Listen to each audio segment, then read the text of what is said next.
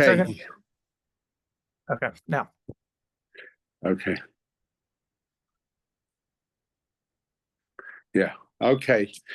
The Parshas Vayeira begins with the Malachim coming to visit Avraham, but apparently the Malachim had a double task. One was to come to Avraham, and the other was to deal with the situation in Sedom.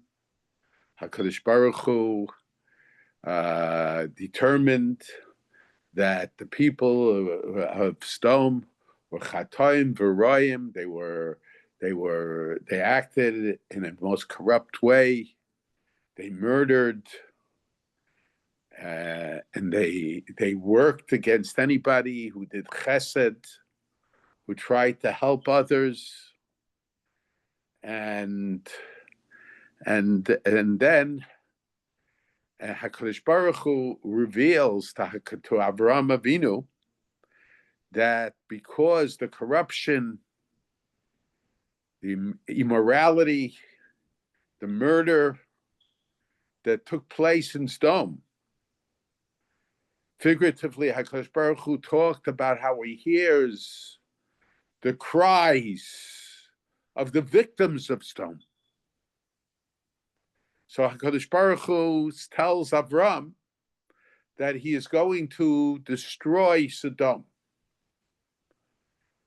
And Avraham pleads on behalf of the people of Sedom. He first says, if there are 50 people, will you spare the city? And it goes down to 10 people. And ultimately, there were the 10 people could not be found in the city. And the city of Sedom was overturned. And of course,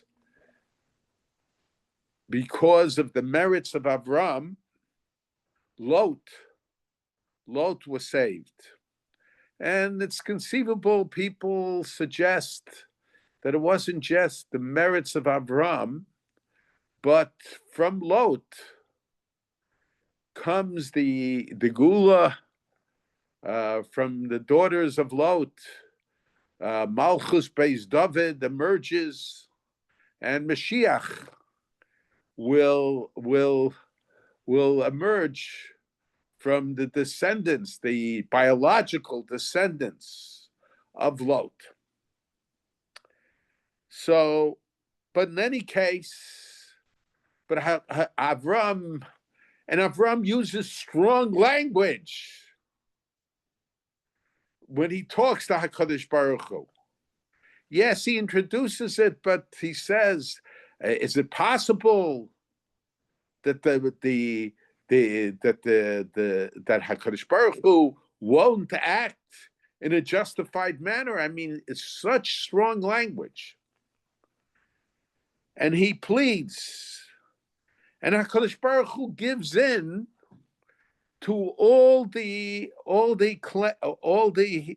Avraham asked him in terms of but they couldn't find 10 people that were righteous to save them. Why did HaKadosh Baruch Hu tell Avraham? HaKadosh Baruch Hu certainly knew about it, but as the Torah said, "Hamachasani me Avraham." Am I going to hide? HaKadosh Baruch Hu said, "Am I going to hide from Avraham?" Avraham will be a great nation. And Kiyadativ, because I love him, Lamana Shiyitzavez, Banav Vespeso Achrav, because he commands his family and his children after him.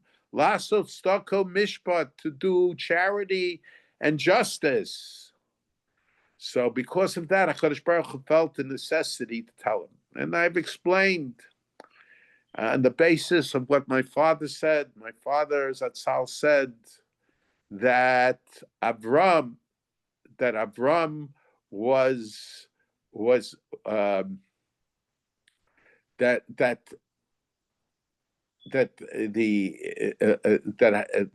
we what do you mean? Avraham gadol, he'll be a great nation, and Look, why? Lamana shiyitzave is bana vesbeiso achrav. He commands his children after him. What does it mean? He commands his children after him. So the simple explanation is after him, after he's gone. In other words, there are teachers that teach. And so long as the student is in close proximity to the teacher, the student acts in accordance with what he learned from the teacher. But sometimes, once the teacher is gone, the Masorah, the heritage, the attitudes, the commitment also is gone, of the student is also gone. And unfortunately, we see that when one generation passes away and another generation comes, sometimes the new generation does not follow in the path of the old generation, even in the manner that they followed while that old generation was still there. So, but my father suggested another explanation. Achrav, I mentioned it many times. It was a fundamental thought that my father would say very often. Achrav, by his example. In other words, there are those who teach. They give lectures, oral lectures. They tell you about Yerushalayim. They tell you about Chesed. They tell you about everything. But unfortunately, they don't serve the example. And when it comes to everything, but especially character traits, it is the example that is the main lesson. Not so much the lectures. You know, you can have all the Musar shmuzin in the world, but if it's not followed, if that teaching is not taught by example, sometimes all your teaching is hypocrisy. Just like you were inconsistent, just like you didn't follow through. So they learned to be inconsistent. They learn not to follow through with what they say. And I remember talking with a student of my father's Zatzal.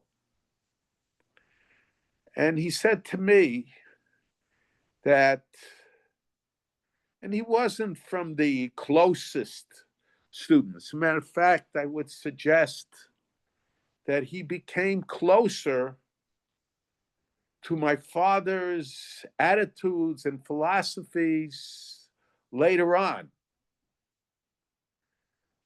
more so than when he was younger in the class. And he said to me, he started telling me over some of the hashkafa shiurim that my father said, and how my father would sometimes tell people, you have to galvanize your efforts, you can do it, you can overcome the tests that you have, the personal tests. And they thought those were just words. That was something I saw when my father first came to Chicago. People didn't understand their idea of Musar Shmuzin and Hashkafa and Machshava was all Machshava. It was theoretical. But they said later on, he told me, after your father's stroke, when we saw his commitment to teaching Torah, we saw how he fought on behalf of Torah, how he sacrificed himself to follow what HaKadosh Baruch Hu commanded us.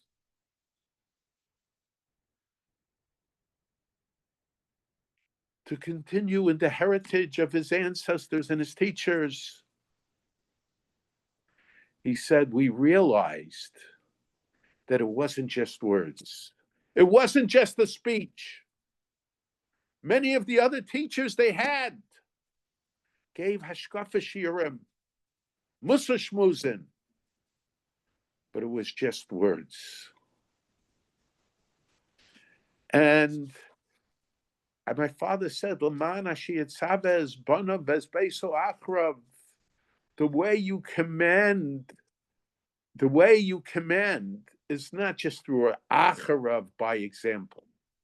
And especially when it comes to the other explanation of acharav, when is the example last? When is it perpetuated? When does it continue? Not if it's just words. Words end when the speech is over. But if it's something that the student experienced, then it has a lasting impression. You have students that are only students in the class. And when the class is over and the semester is over, and the student graduates or leaves the school, at best, and under the best of circumstances, the notes of the lectures are put in a drawer. But if the student experienced the commitment, the devotion, the sincerity, the sacrifice for the principles that they were taught, then the teacher lives on. My uncle Zatzal mentioned that he was in the University of Berlin. He said that at that time, the University of Berlin had the greatest professors, and especially in the area of philosophy, in the area of ethics. And my uncle said he didn't experience anti-Semitism at all. Not from these professors and not from others in Germany. And my uncle was there shortly before the war. He says, but as soon as Hitler came into power, my uncle was no longer there. He says, those same professors that were considered the greatest authority on ethics and philosophy and thought, Heidegger, they all became leading philosophers of the Nazi Party because all their ethics was words. It was classes. It was lectures. So what was unique about Avraham? He commands his children after him by his example. And if it's by his example, it's achrav, it lasts even after the person is gone. So in a sense, HaKadosh Baruch Hu, he told Avraham about Sedom, of his intention of destroying Sedom, in order that Avraham should appeal to HaKadosh Baruch Hu. Even though HaKadosh Baruch Hu knew that the facts were of such nature that even with the appeal, even agreeing to the appeal, Sedom would be destroyed anyway, but was important for future generations to learn from Avram's example, not just by the Torah telling us you have to do chesed.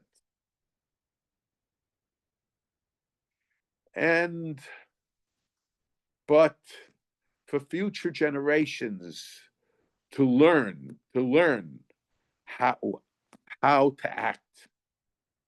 So this is why HaKadosh Baruch Hu. But it's interesting that when Avraham told that when HaKadosh Baruch Hu, God, told Avraham to take his son, his only son, Yitzchak, the son who Avraham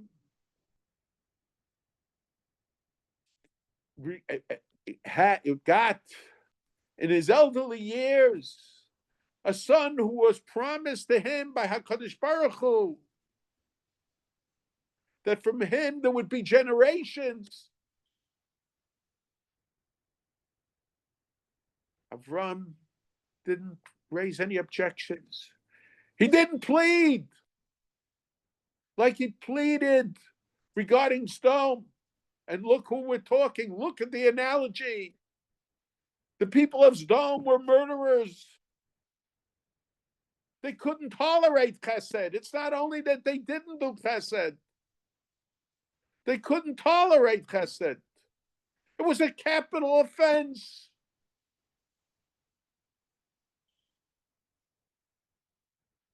And Yitzchak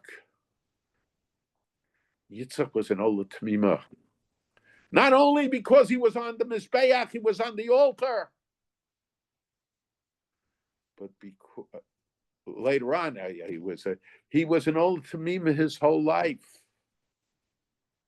His whole life was devoted to HaKadosh Baruch Hu, was dedication to God. Even before he was put on the Mizbeach, put on the altar. He was a devoted son. He was a devoted servant of HaKadosh Baruch Hu. And that was part of his being a devoted son also. He was the continuation of the Masorah, not only theoretically, but actually. So, and nevertheless, when it came to Sedom, Avraham pleads. And when it comes to the Akeida, Avraham doesn't plead. Now, when we take a look at the end of the Sedra,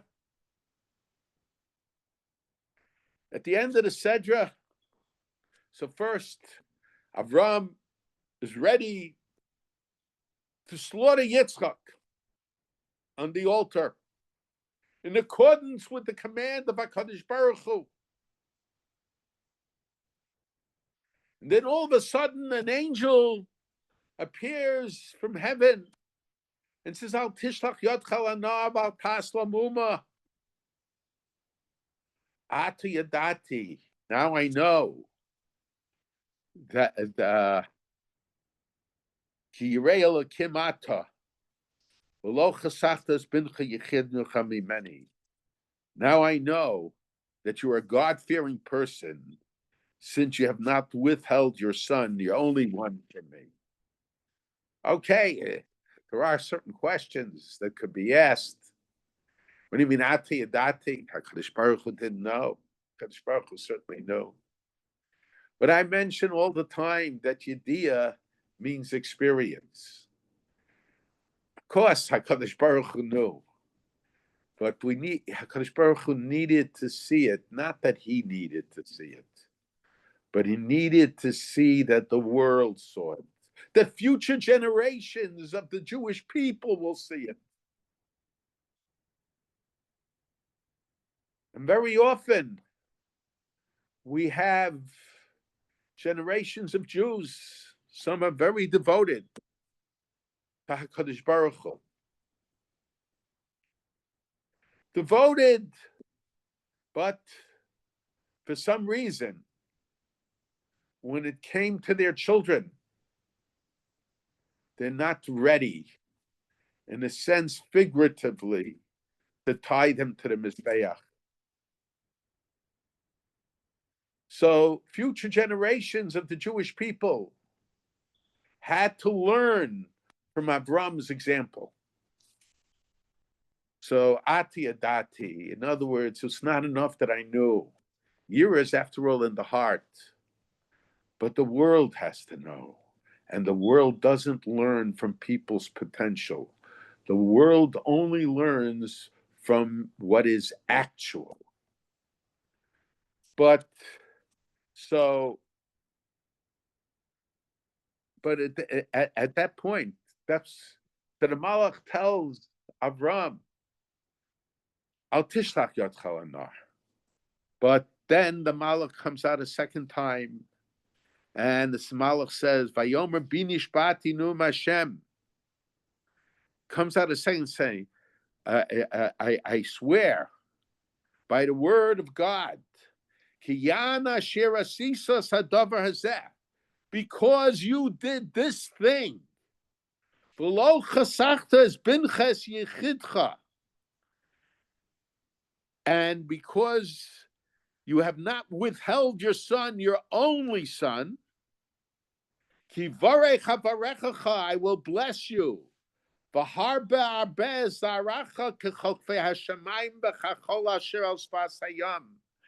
I will make your descendants as many as the stars in the sky and the sand on the ground, on the seashore. And your descendants will inherit the gates of its enemy. The Hizbaruchu, so that was the bracha. And then, furthermore, the Hizbaruchu bezarecha, and the Kol Goyei Aretz, all the nations of the world will be blessed through you. All the nations of the world through your descendants. Why? Akev, because Asher Shamata B'Koli, because you listen, you hearken to my voice, you listen to what I said. Now it's very strange. So we have here a long bracha.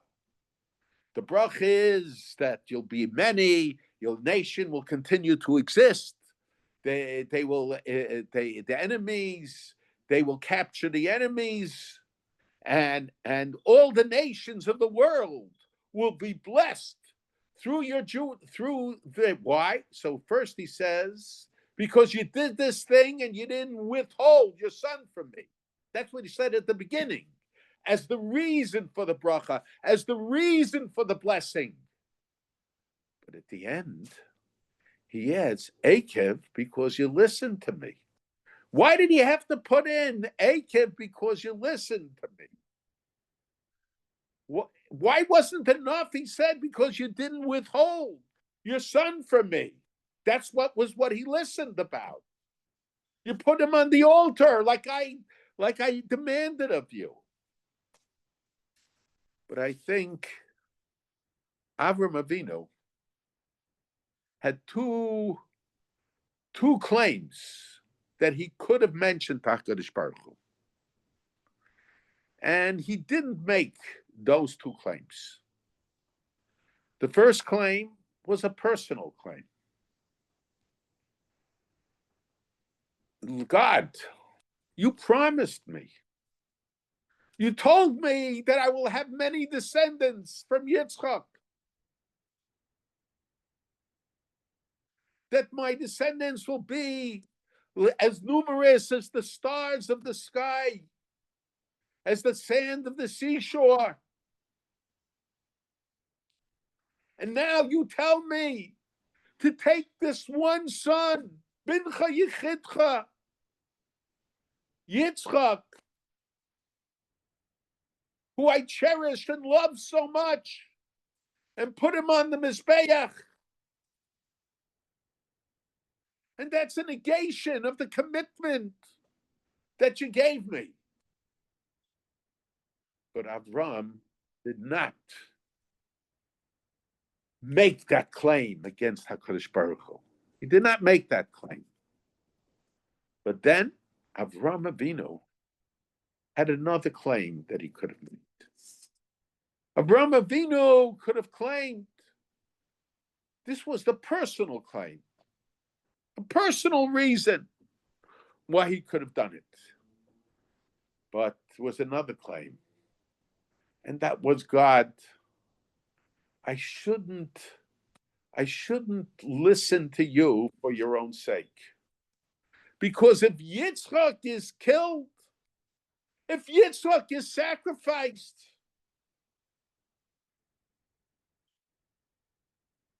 if your commandment to put him on the altar and shecht him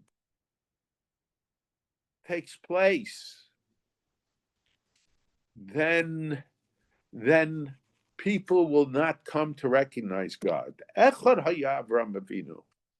To a certain degree, Avraham was alone. Avraham went from town to town, talking about HaKadosh Baruch Hu. Okay, the method that Avraham used in letting the world know about HaKadosh Baruch Hu, about God, changed somewhat after the Bris Milah. But it's only through Avraham Avinu that generations upon generations of the world will come to know of God. And how? Through Yitzchak and through Yitzchak's descendants. So Avraham could have felt that it's in God's benefit not to fulfill the commitment. And we find very often that people become HaKadosh Baruch Hu's campaign managers. And sometimes they will even advise people to not comply with the halacha. And all for the sake that they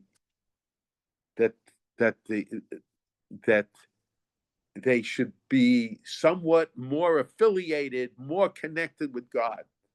They feel that if you become too stringent, if you demand commitment, or even if you teach commitment,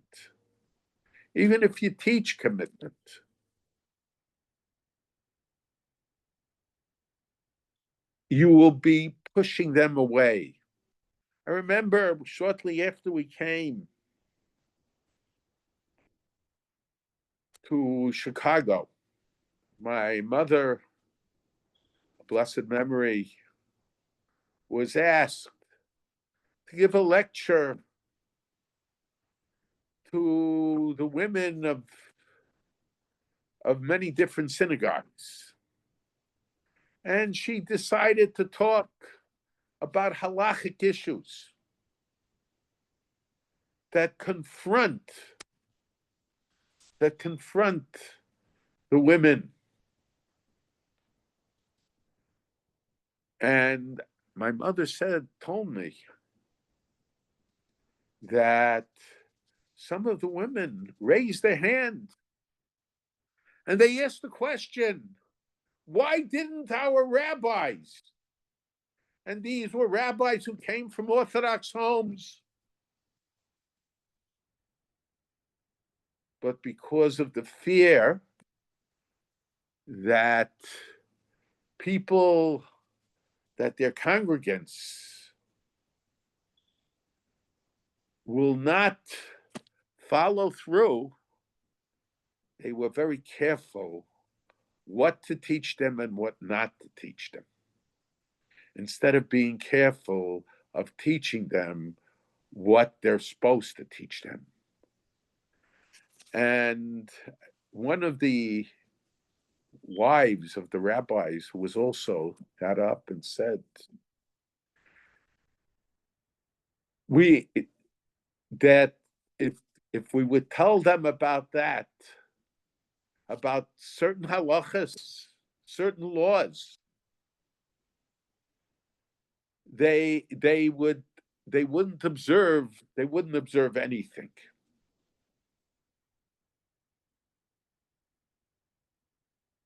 And then what's the rationale? The rationale is they saw themselves.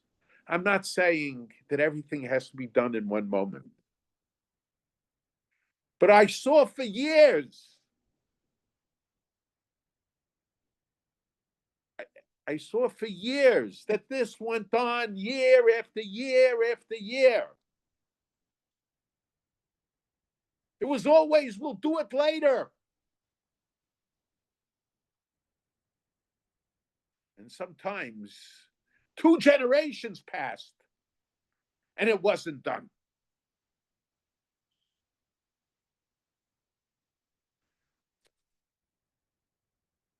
So so Avraham could have said, God,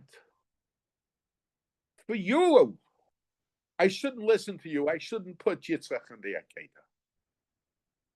So corresponding with these 2 claims, the personal claim that Avraham could have made, as well as the claim for the sake of God, I should not follow the halacha. Corresponding, Avram was rewarded with 2 brachos, 2 separate brachas. One is the personal claim. Yan asher asisa sadov hazeh, because you did this thing. Below chasachta bincha yichidra mimeni, and you didn't keep your son away from me. So mida connected mida, corresponding with the claim that I could have had, that you promised me children, you promised me descendants, you promised me a nation that will be forever. And now you're telling me to destroy it. So corresponding with the fact that he did not make that claim, I'm blessing you that you will have many children and they will form a nation and they will defeat all the other nations of the world, will be destroyed. And your children, your descendants, will continue to exist as a nation. But then, regarding the claim that for God's sake,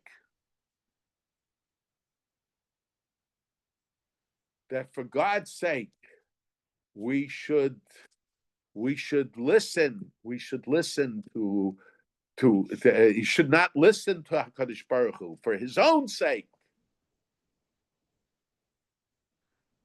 So for that reason, so you should know, his Baruch Hu bezarecha kol goyei haaretz.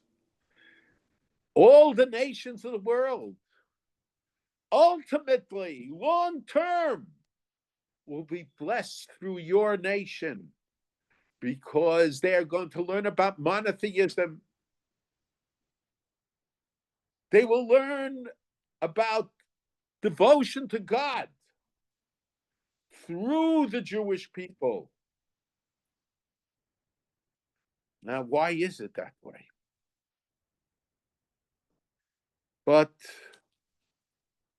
I think, especially when we evaluate about Sedom versus the Akeida, I think the reason is, and I've seen others who said this, I saw it also in the notes in my uncle's shiurim, I think I saw it also in Al Tshuva, because by Sedom, HaKadosh Baruch Hu just revealed to Avraham his intention. Avraham was not a participant. There was no command given to Avraham. It was only a revelation. And perhaps Avraham understood that if it's not a command, there must be a reason why God communicated it to him. And perhaps God communicated it to him because he wanted Avraham to plead on behalf of the people of Sedom.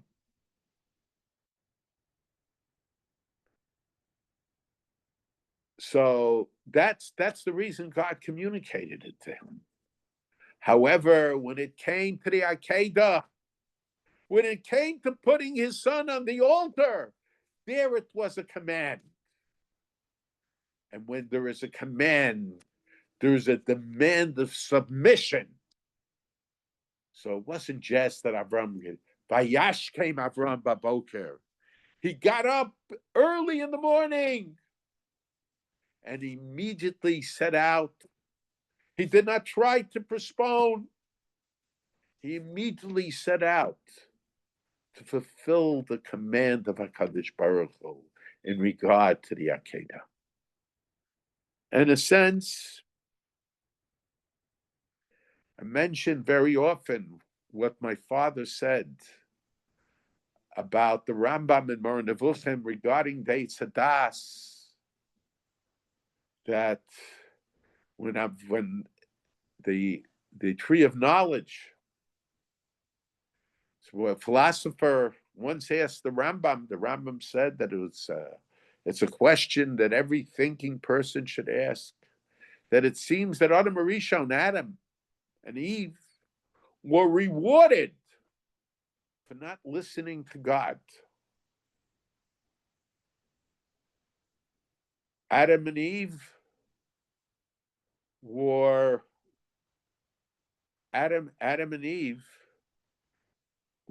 became as a result of eating from the tree of knowledge. The Torah tells us, Yodea Tov V'Ra.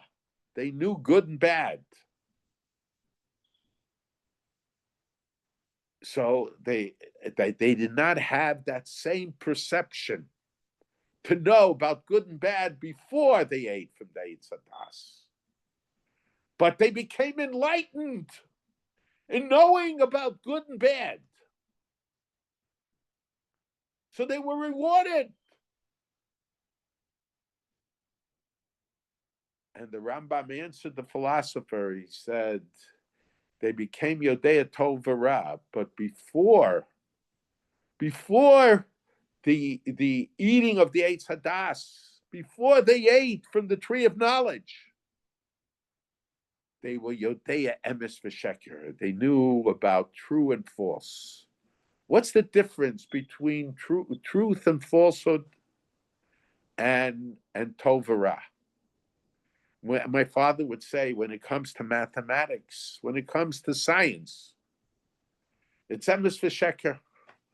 My father would say, a triangle has 180 degrees. Is it good that it has it 180 degrees? Is it bad? No, it's true. There's a law of gravity. Is the law of gravity good or the law of gravity is bad? Well, if you fall from a high place, the law of gravity would be bad. But objectively, the law of gravity is neither good nor bad. It's true. There is a law of gravity. But when it comes to moral truths, the perception of man is one of good and bad. Certain things are bad. It's bad to kill. It's bad to steal.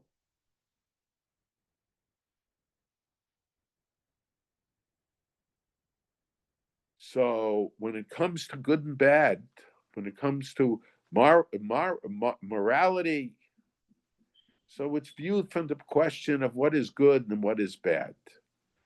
Before the sin, there was no wedge between math and science on one hand and morality on the other hand.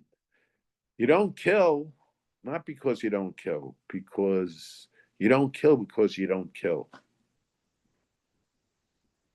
But as a result of the sin of the Eitz Hadas And what is the result of that? The result of making a wedge between scientific truths, mathematical truths on one hand, and moral truths on the other hand, or I should say morality on the other hand. The result of that is that man thinks of all kinds of justifications to negate morality.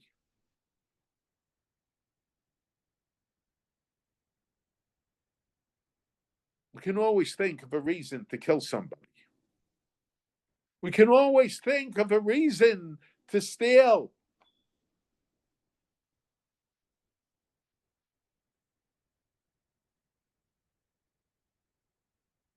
But if it is because it is, and the only way to understand morality from the point of view it is because it is because it's a law. We do it because it's a law, because it was given to us by God. And I think that's the idea here. The idea here was, sure, Avraham could have come up with arguments, very legitimate arguments from our perspective, from a human perspective. Certainly, if a person made these demands on another person, a person could legitimately say, hey, you promised me. Hey, it's not good for you to do this. But when it comes to God, it's emes v'sheker.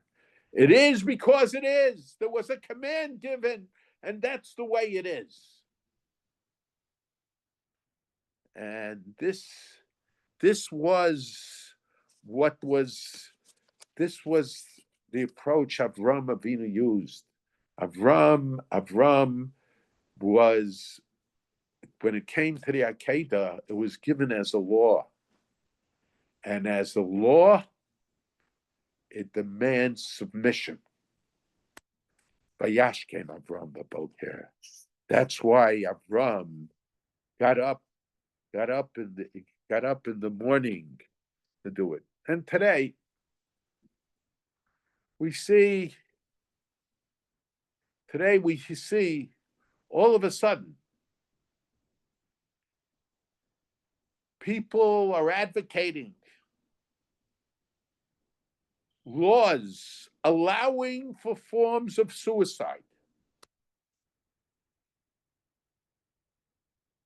Suicide is murder. We have a slippery slope.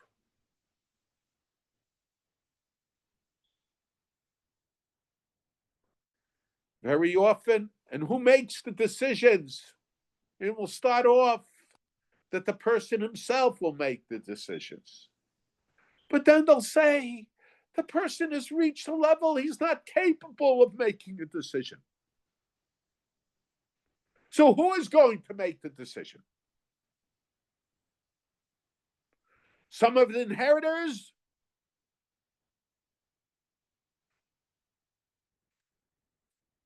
Not to talk about the times that doctors made so many mistakes.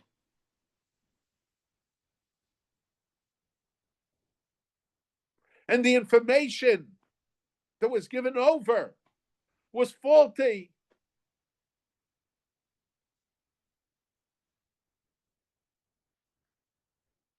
What's the idea? They start off with lo sirtzach, do not kill.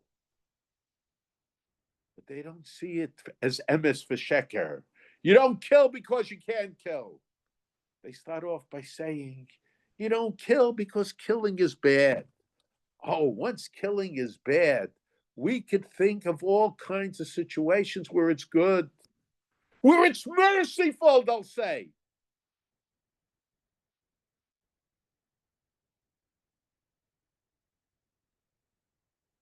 And then will come a point, once it's accepted, and let's say a person someone says, I don't want it. And let's say even the children will say, we don't want it. But it's accepted already. The insurance companies will say it's not warranted to keep the person alive. They'll say he's suffering. What they meant to say is our bank account is suffering. We're not making as much money as we used to. And then they'll make laws. And sometimes the doctors, the hospitals will make the decision. And doctors openly told me that they can't approve certain therapies because of the expense that's involved. They never talked that way before. Why? Because they see it from the perspective of good and bad. And when you see it from the perspective of good and bad, that which was terrible a few years ago, that which was an abomination a few years ago, that which was the greatest sin possible a few years ago, can become a mitzvah overnight.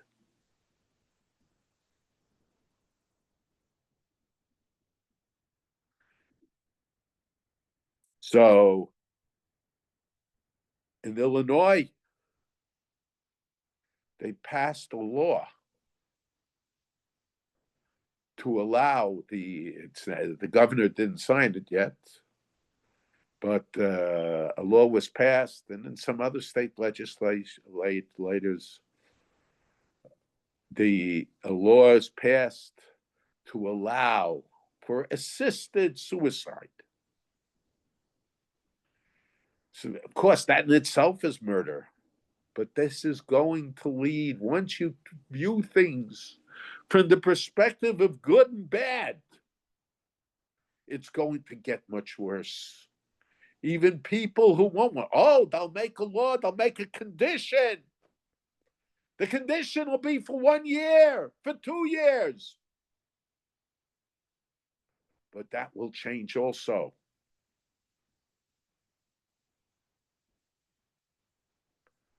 Those, you have to view things not from the perspective of the way it is today, but you have to view things from the perspective of what is this going to lead to. I mentioned that in the slichas, when we say slichas, Hashem kel rachum b'chanon, and the Gemara tells us, why is God's name Yud Kei Vav Kei mentioned twice? Rachamim kodem achet, we need mercy before the sin. Rachamim achar achet, we need mercy after the sin. And the question is, why do we need mercy before the sin? Mercy after the sin, we understand. But a person is held responsible not only for what he did, for the sin he committed, but for the situation that he created that led to the sin. And even if the sin is not going to be his, but it's going to be someone else's sin, he is held responsible. We need rachmim for what we did before the sin that brought about the ability to cause that sin, that created a slippery slope.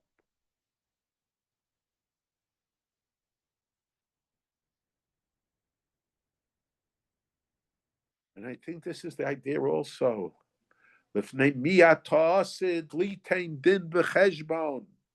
Before whom you will give a law, a ruling, and a cheshbon, an accounting. In other words, we should say Cheshbon B'din. The Vilna Gaon asked that question, but I think we can answer it very simply. Vilna Gaon gives a different pshat. Din v'cheshbon. We give an accounting about how I came to sin and the impact that that sin had upon others. We talk about Avraham, Goreris Avraham. One sin causes another sin. It starts off with your fast toar. When someone marries a captured lady from another nation and has a child, and he has other wives and favors other children, and ultimately one of his children become a Ben Sora Mora, a rebellious son. He starts off with the marriage that shouldn't have taken place, that was done only because of lust, was a situation that the halacha under other circumstances would have not permitted.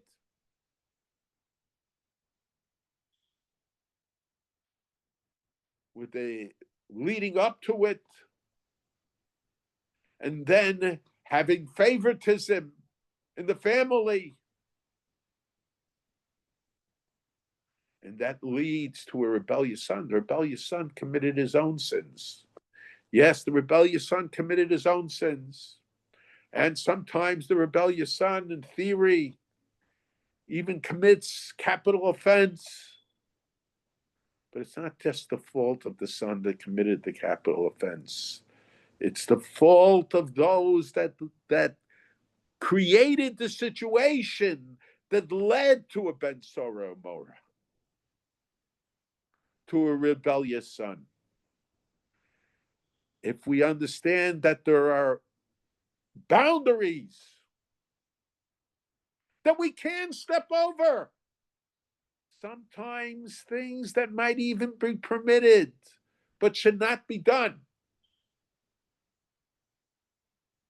But once one boundary falls apart, all the boundaries fall apart, little by little.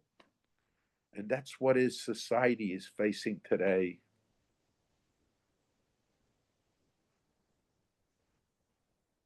All the terrorism that's going on in the world. Why? Because we tolerated it.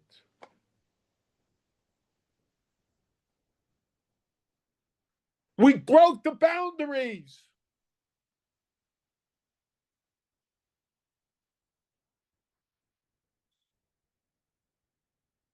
Those who defend in self-defense, they're considered murderers. But those who murdered, who were aggressive, who are the aggressors that killed and raped, oh, they're freedom fighters. They don't want to talk against them. Or if they do talk against them, they say, but there are others also who supported them, but they didn't do that thing. So what we do, unless we understand the idea of boundaries, we are causing, this is what the idea of law is. Law is it can't be done because it can't be done. But once there's a different perception, people will find all kinds of reasons why they can steal. People will find all kinds of reasons why they can murder. People murder and they become heroes. And when people defend themselves or help others who are being threatened, then they'll be considered murderers. Why? Because the concept of boundaries falls apart and everything is based on good and bad. And you can that you can decide what is good and what is bad based on the tendency of the times.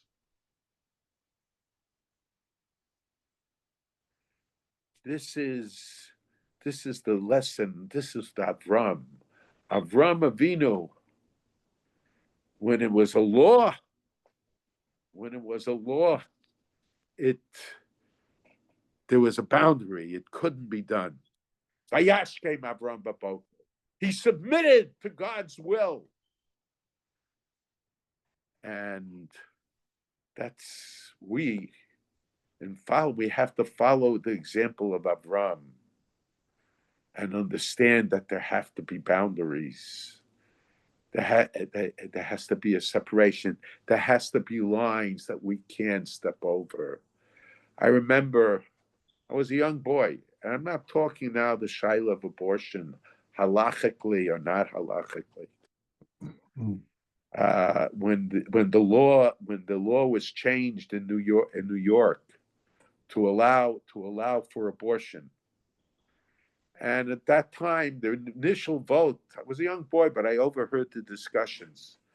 Initially, it was voted down in the state legislature. Then one Jewish legislator said that he was at the Seder, and at the Seder, the impact of the Seder was one that made him change his mind, and they voted to allow for abortion. And at that time, they said there are handicapped children that are born. There are all kinds of situations. And I'm not talking halachically. There are situations where halachically, depending on what stage of the pregnancy, that perhaps it could be considered allowed. But at that time, they were doing it. The argument was people who will be will have that there will be all kinds of problems. They will be born with physical deformity. And now it's just a matter of convenience. It starts off one way and we see it another way. Why? Because the concept of borders, the creating borders that certain things are not allowed, has been erased. Everything is viewed from the perspective of good and bad. And when it's used from the perspective of good and bad, we can make the bad good and we can make the good bad. And that's what society is facing today. And I think the lesson of the Sedra is that we have to have the attitude of emes v'sheker. Good and bad is only good. Good is only good if it's emes, but if it's not emes, it's not good either. Okay. Yeah, Shkoach Moshe. Okay, we have a question. There are at least two midrashim that state Avram did cut Yitzchak. I think one I know says, that. I So think what? he says I don't know one. what How do we explain that given the command from the Malach to Avram not to strike Yitzchak? So, see, that doesn't have to do with my share. That's just a question on the midrashim. Yeah, I think so. Okay. I would say that there's even a medrash that says that Yitzchak was actually burnt. I would say you could say the medrash is such that Avraham, had the Malach not stopped him, he would have done it. So it was sort of like a Tchias HaMesim. That's the way I would learn Pshat. Other Medrashim seem to indicate he did cut something, and under normal circumstances, he would have been dead. But since he didn't continue the process, so the miracle of his restoration to life was not so dramatic as if the cutting had been complete.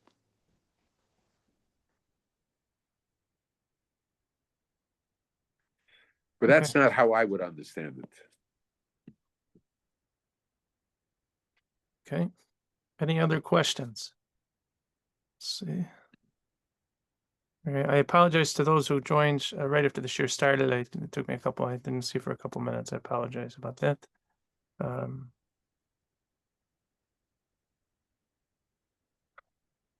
Okay, I think that's Okay. all. Second, I'm going to stop the recording.